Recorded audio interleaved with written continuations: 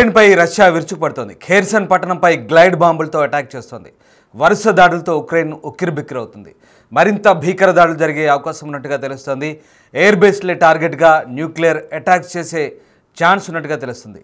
Trump హెచ్చరించిన కొద్దిసేపటికే Putin సేన సీన్లోకి దిగింది. మొన్న కింజాల్ హైపర్సోనిక్ మిసైల్స్ ప్రయోగించిన సంగతి తెలిసిందే. ఇవాళ తాజాగా బాలిస్టిక్ మిసైల్స్ గ్లైడ్ బాంబులతో విధ్వంసం సృష్టించింది. ఇక సుదీర్ఘ లక్ష్యాలను ఛేదించడం గ్లైడ్ బాంబుల ప్రత్యేకతగా చెప్తున్నారు. ఉక్రెయిన్పై రష్యా విరుచుకుపడే ఛాన్స్ ఉందన్న ట్రంప్ హెచ్చరికల నేపథ్యంలో పుతిన్ సేన అన్నంత పనిచేసింది. ఉక్రెయిన్కు తమ పవర్ ఏంటో చూపిస్తామంటూ పుతిన్ ప్రతిజ్ఞ చేశారు. అంతలోనే ఈ గ్లైడ్ బాంబులతో ఖేర్సన్ పట్టణంపై విరుచుకుపడ్డారు. స్క్రీన్పై మీరు చూస్తున్న దృశ్యాలు ఒక్కసారిగా ఖేర్సన్ పట్టణంపై రష్యన్ దళాలు చేస్తున్న దాడికి సంబంధించిన తాజా దృశ్యాలు చూస్తున్నాం. డిస్టర్బింగ్ కంటెంట్ చూస్తున్నారు బిగ్ టీవీ స్క్రీన్పై. ఖేర్సన్ పట్టణంపై రష్యన్ దళాలు ముఖ్యంగా పుతిన్ సేన గ్లైడ్ బాంబులతో వరుస దాడులు కొనసాగిస్తుంది. ఒకసారిగా ఖేర్సన్ పట్టణంలోని అడ్మినిస్ట్రేషన్ భవనాలతో పాటు స్థానికంగా ఉన్నటువంటి కొన్ని పౌర స్థావరాలే లక్ష్యంగా కూడా దాడులు జరిగినట్టుగా ఉక్రెయిన్ ఆరోపిస్తోంది. తాజా దాడికి సంబంధించిన దృశ్యాలు చూస్తున్నారు. గ్లైడ్ బాంబుల రూపంలో అత్యంత శక్తివంతమైన అత్యంత ఆధునిక సాంకేతిక పరిజ్ఞానం కలిగినటువంటి గ్లైడ్ బాంబుల్ని ఉక్రెయిన్ ఖేర్సన్ పట్టణంపై పుతిన్ సేనలు జారవిడిచాయి. ఈ నేపథ్యంలో ఒక్కసారిగా దాడితో ఆ ప్రాంతమంతా కూడా దద్దరిల్లిన పరిస్థితి కనబడుతోంది. డ్రోన్లతో కూడా విరుచుకుపడ్డ పరిస్థితి కనబడుతోంది. పదుల సంఖ్యలో గాయపడ్డట్టుగా తెలుస్తుంది. ప్రభుత్వ భవనాలన్నీ కూడా పూర్తిగా నేలమట్టమైన పరిస్థితి కనబడుతుంది. దక్షిణ ఉక్రెయిన్ నగరమైన ఖేర్సన్పై రష్యా 4 గ్లైడ్ బాంబులను ప్రయోగించిందని, ప్రభుత్వ భవనాలు పూర్తిగా దెబ్బతిన్నాయని తెలుస్తుంది. 2 వ్యక్తులు గాయపడ్డట్టుగా కూడా స్థానిక అధికారులు చెప్తున్నారు. అయితే గాయపడ్డ వారి సంఖ్య డజన్ల కొద్దీ ఉన్నట్టుగా తెలుస్తోంది. ఇక ఖేర్సన్ ప్రాంత గవర్నర్ ఒలెక్సాండర్ ప్రోపడిన్ చెప్తున్న వివరాల ప్రకారం దాడులు జరిగిన తర్వాత పరిణామాలకు సంబంధించిన ఫుటేజ్ని ఆయన పోస్ట్ చేశారు. సోషల్ మీడియాలో ప్రస్తుతం ఆ దృశ్యాలు దర్శనమిస్తున్నాయి. ఇక అనేక ఎత్తైన భవనాలను కూడా గ్లైడ్ బాంబులు ధ్వంసం చేసినట్టుగా కనబడుతుంది. అలాగే ముఖ్యంగా పరిపాలనా భవనం పైభాగంలోని ఒక పెద్ద భాగం వీడియోలో కనిపించకుండా పోయినట్టుగా మనకు ఆ దృశ్యాలను బట్టి అర్థమవుతుంది. దాదాపుగా 4 KABలు ఎగిరినట్టుగా చెప్తున్నారు. అంటే ఇవి గ్లైడ్ బాంబుల కోసం ఉక్రేనియన్ పదబంధాన్ని ఉపయోగించి రాశాడు. అంటే డ్రోన్లను వినియోగించి ఈ గ్లైడ్ బాంబులను ఆ ప్రాంతంలో జారవిడిచినట్టుగా తెలుస్తోంది.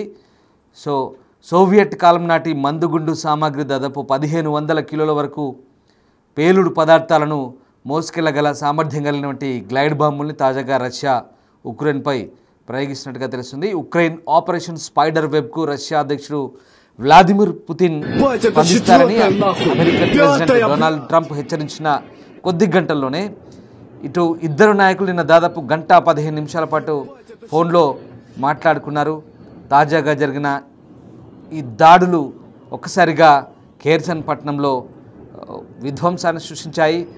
డిస్టర్బింగ్ విజువల్స్ చూస్తున్నారు. బిగ్ టీవీ డిజిటల్ ఎక్స్క్లూజివ్ ఫుటేజ్ని మీరు చూస్తున్నారు. గత వారాంతంలో జరిగిన సాహసోపేతమైన ఉక్రెయిన్ డ్రోన్ దాడిలో మాస్కో బాంబర్ జెట్ల సముదాయంలో దాదాపుగా 30% వరకు కూడా పూర్తిగా తుడిచిపెట్టిపోయినందుకు రష్యా తీవ్రమైన ప్రతీకార దాడులు ఉంటాయంటూ ఇప్పటికే ట్రంప్ హెచ్చరించిన నేపథ్యంలో ఒక్కసారిగా ఈ దాడులు అయితే కొనసాగుతున్నాయి. మరోవైపు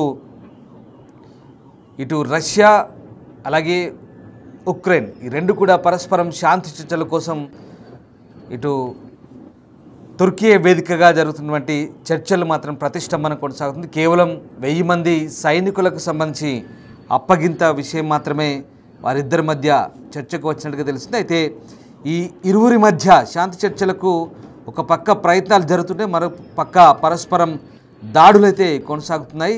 టర్కీ మధ్యవర్తిత్వంలో రెండోసారి 2 దేశాల ప్రతినిధుల మధ్య శాంతి చర్చలు జరిగిన గంటలోనే ఎటు తేలకుండా మిగిలిపోయాయి. దీంతో కాల్పుల విరమణ ప్రసక్తి లేకుండా యుద్ధ ఖైదీల మార్పిడిపై మాత్రం ఒప్పందం కుదుర్చుకున్న వేళ ఇక ఈ చర్చలకు 24 గంటల ముందు రష్యాపై ఉక్రెయిన్ ప్రయోగించిన వందలాది డ్రోన్లు గత ఆదివారం రష్యా సైనిక స్థావరాలు 5 భారీ విధ్వంసాన్ని కలిగించాయి. దీంతో రష్యా ప్రతీకార దాడులకైతే దిగుతుంది.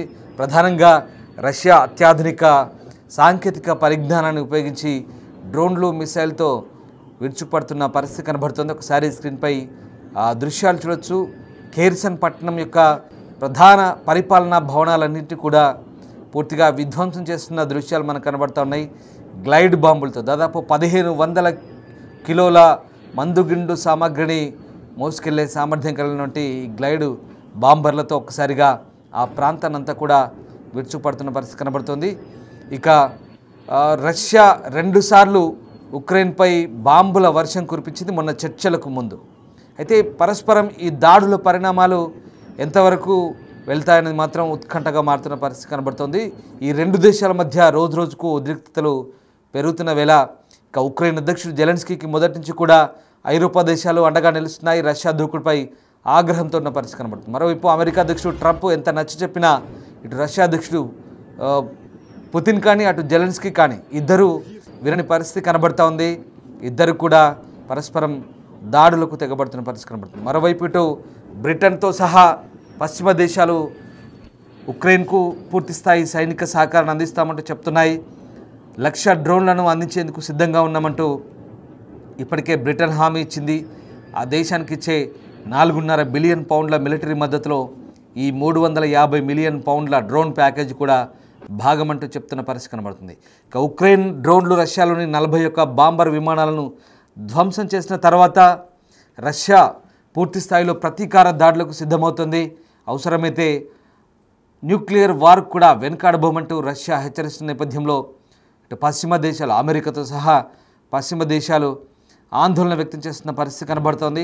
ఇప్పటికే అంటే స్మార్ట్గా ఉక్రెయిన్ రష్యాపై చేసిన దాడిలో దాదాపు రష్యాకు చెందినటువంటి TU విమానాలు TU-95 TU-120 విమానాలు కూడా పూర్తిగా ధ్వంసమైన పరిస్థితి. వీటిని రష్యా తిరిగి సమకూర్చుకునే పరిస్థితిలో లేదు. ఎందుకంటే వీటికి వేలాది కోట్ల రూబుల్స్ ఖర్చు పెట్టాల్సి వస్తుందని నిపుణులు అంచనా వేస్తున్నారు. ఈ నేపథ్యంలో ప్రస్తుతం వాటి ప్రొడక్షన్ కూడా ఆపివేసినట్టుగా చెప్తున్నారు. ఇన్నాళ్ల పాటు TU శ్రేణి బాంబర్ ఫైటర్ జెట్లే ఉక్రెయిన్పై యుద్ధానికి రష్యా ఉపయోగించింది.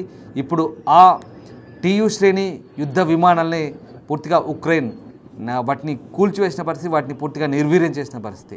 చాలా స్మార్ట్గా చెక్కపెట్టెలో డ్రోన్లను పెట్టి రష్యా వైమానిక స్థావరాల్లోకి చొచ్చుకొని వెళ్ళి 18 నెలలుగా చేసినటువంటి గూఢచారి ఆపరేషన్లో భాగంగా మొన్న ఆదివారం నాడు దాదాపు 30% రష్యన్ ఆయుధ సంపత్తిని వైమానిక సంపత్తిని పూర్తిగా నిర్వీర్యం చేయగలిగింది. అంతటి గూఢచారి ఆపరేషన్ పూర్తి స్థాయిలో సక్సెస్ కావడంతో ఒక్కసారిగా ప్రపంచ దేశాలు కూడా నివ్వెరపోయిన పరిస్థితి, ఆశ్చర్యపోయాయి. కానీ ఇప్పుడు ప్రతీకార దాడులకు రష్యా దిగడంతో ఒక్కసారిగా ఆ ప్రాంతమంతా కూడా బీభత్సం నెలకొన్న పరిస్థితి కనబడుతోంది. ఇక ఈ 2 దేశాల మధ్య ప్రస్తుతం యుద్ధ వాతావరణం ఎంతవరకు దారితీస్తుందనేది ఇంకా తేలాల్సి ఉంది. ఇక ముఖ్యంగా ఉక్రెయిన్కు ఆయుధాల కొరత తీవ్రంగా వేధిస్తుంది. గగనతల రక్షణ వ్యవస్థ లేకపోవడంతో రష్యా క్షిపణులు డ్రోన్ల దాడులను ఉక్రెయిన్ తట్టుకోలేని పరిస్థితి. అందుకే ఈ వినూత్నమైన డ్రోన్ దాడులను నిర్వహించడం ద్వారా ఒక్కసారిగా ఉనికిని చాటుకునే ప్రయత్నం చేసినట్టు చెప్తున్న పరిస్థితి కనబడుతుంది. ఇక ఉక్రెయిన్ తన ఖేర్సన్ సిటీని కోల్పోయిన తర్వాత తాను కోల్పోయిన భూభాగాల్లో 2022 నుంచి ఎలాంటి విజయాలను సాధించలేదు. గత ఏడాదిగా దాదాపు 5,000 చదరపు కిలోమీటర్ల భూభాగాన్ని ఉక్రెయిన్ రష్యా వల్ల కోల్పోయిన పరిస్థితి. సో ఉక్రెయిన్ ముట్టడించిన కుర్స్ను కూడా రష్యా తిరిగి స్వాధీనం చేసుకోగలిగింది. ఈ నేపథ్యంలో అటు సుమీ రీజియన్లో కూడా భూభాగాలను రష్యా ఆక్రమించుకుంటోంది, వరుస దాడులు కొనసాగిస్తుంది. తాజాగా ఖేర్సన్ పట్టణంపై చేసిన ఈ దాడులు అయితే బీభత్సాన్ని కలిగించాయి. ఈ నేపథ్యంలో ఇక ట్రంప్ హెచ్చరించినట్టుగానే రష్యా దాడులకైతే పాల్పడుతుంది, ప్రతీకార దాడులు చేస్తుంది. ఇక అమెరికా మధ్యవర్తిత్వం ద్వారా ఇప్పటికే శాంతి చర్చల ప్రక్రియ కొనసాగుతుందని చెప్తున్న నేపథ్యంలో ఇస్తాంబుల్లో 2 దేశాల మధ్య 2వ విడత చర్చలు విఫలమైన నేపథ్యంలో ఇక ఈ నెలాఖరులోగా 2 దేశాల అధ్యక్షులు ప్రత్యక్షంగా చర్చలు జరిపితేనే పరిష్కారం లభిస్తుందంటూ ఇటు టర్కీ అధ్యక్షుడు ఎర్డోగాన్ చేసిన ప్రతిపాదన కూడా ఎంత మేరకు ఫలిస్తుంది? మరి ఇటు రష్యా ఉక్రెయిన్ పరస్పరం దాడులు జరుపుకుంటూనే ఉంటాయా? ఇంకా ఎన్ని రోజుల పాటు ఈ దాడులు జరుగుతాయని మాత్రం తేలాల్సి ఉంది.